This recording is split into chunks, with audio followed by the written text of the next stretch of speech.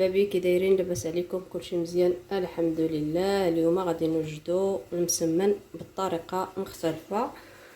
غادي نحتاج هنايا شويه ديال سبيسيال فينو وفورس البيض، وغادي نحتاج هنا واحد كاس ديال الحليب، هو هذا باش غادي نخلط العجينه، وغنحتاج الملحه، وغادي نبغي العسل، واحد الساشي ديال الفاني، وشويه ديال الخميره ديال العجينه هي هذه، واحد راس المعلقه صغيره.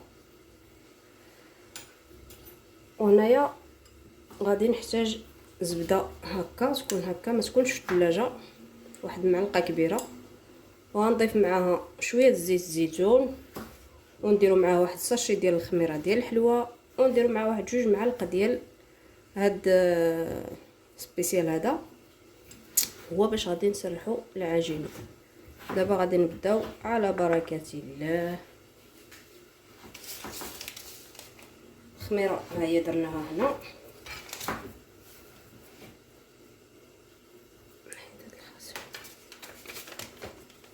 وغنديروا هاد الساشي ديال الفاني،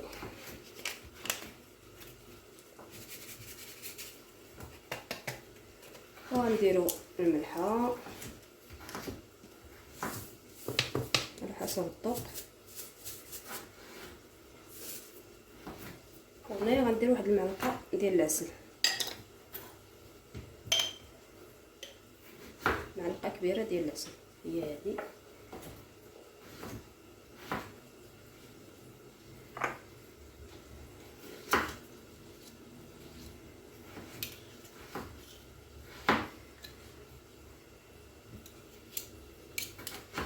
صافي. ودابا غادي نجمع بهذا الحليب هذا. بسم الله. الحليب خصو يكون دافي، ما يكونش في الثلاجه باش يطلع لكم المسمن ديالكم. دابا غادي نخلط هذه العجينه. صافي، العجينه ديالي ها هي عجنتها، كتجي رطبه كما كتشوفوها هنايا. مهم اللي خصو زعما اللي دار اكثر من داكشي اللي غيجمع عليه كاس ديال الحليب يزيد يكمل بالماء. المهم انا دايره كاس ديال الحليب، خصني بازل واحد شويه وزدته بالماء. المهم دابا غادي نحطوها تنقطعوها متساويه، ودابا غادي نجيبو داكشي باش غنورقوه.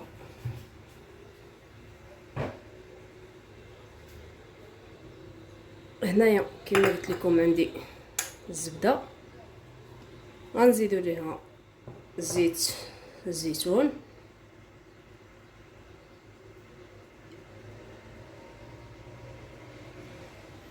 وغنزيدو الخميره ديال الحلوه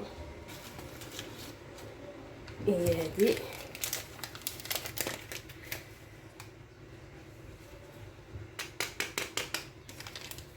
وغنزيدو واحد المعلقه كبيره ديال الدقيق،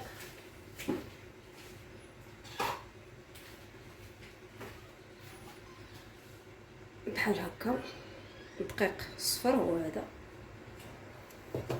ودابا هادو غادي نخلطهم مزيان حتى يوليو بحال الكريم، وعاد غادي نقرصوا به المسمن ديالنا.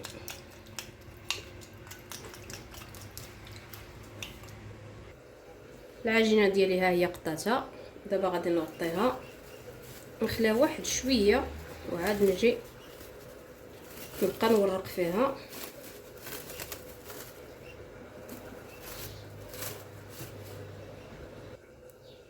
وكنشدوا العجينه ديالنا، كنشدوا هاد لا كريم هذه هي باش نسرحوها بحال هكا.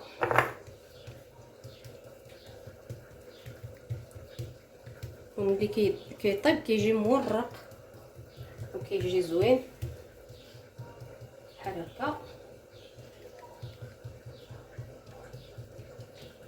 هذا بالنسبه للناس اللي كيبغيو زيت الزيتون. صافي، ونبقى مستمره بحال هكا حتى نكمل كلشي. المهم هذا هو المهم باش نورقوا به. ونزيد واحده اخرى بحال هكا.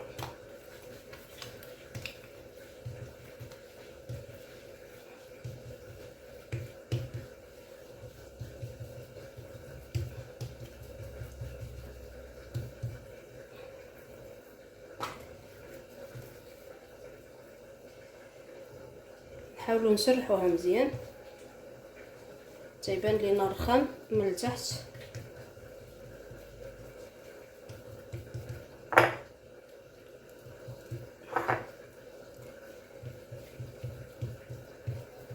بحال هكا. ونزيدو شويه وغادي نطويها هكا، ونعاود نطوي الجهه الاخرى.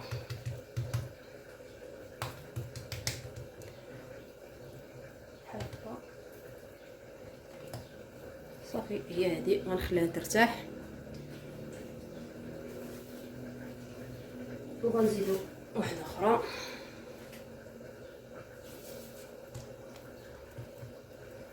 صافي نبقى مستمره حتى نكمل كلشي. هادشي اللي عندي. المسمنات ديالي ها هما كنطيبهم، وانا استعملت هاد المقله هادي اللي ما كتلصقش باش ما نستعملوش الزيت الاخرى. نستعملوا غير داك الزيت الزيتون باش سرحناها هي وشويه الزبده. المهم ما نستعملوش الزيت الاخرى، داكشي علاش استعملت هاد المقله هادي اللي ما كتلصقش. ايوا صافي نبقى مستمره بحال هكا حتى نطيب كلشي ونحيد. المسمن ديالي ها هو طاب كما كتشوفوه. كنتمنى يعجبكم، راه كيجي زوين بزاف ولذيذ بزاف ومصيب بزيت الزيتون، وكنتمنىكم تجربوه. راه ما غاديش ننمو عليه، كيف كتشوفوا هنايا مورق. ها هو تبارك الله ما شاء الله كله مورق كما كتشوفوه. وما تنساوش ديروا ابوني واشتركوا في القناه وديروا جيم باش يوصلكم الجديد ان شاء الله.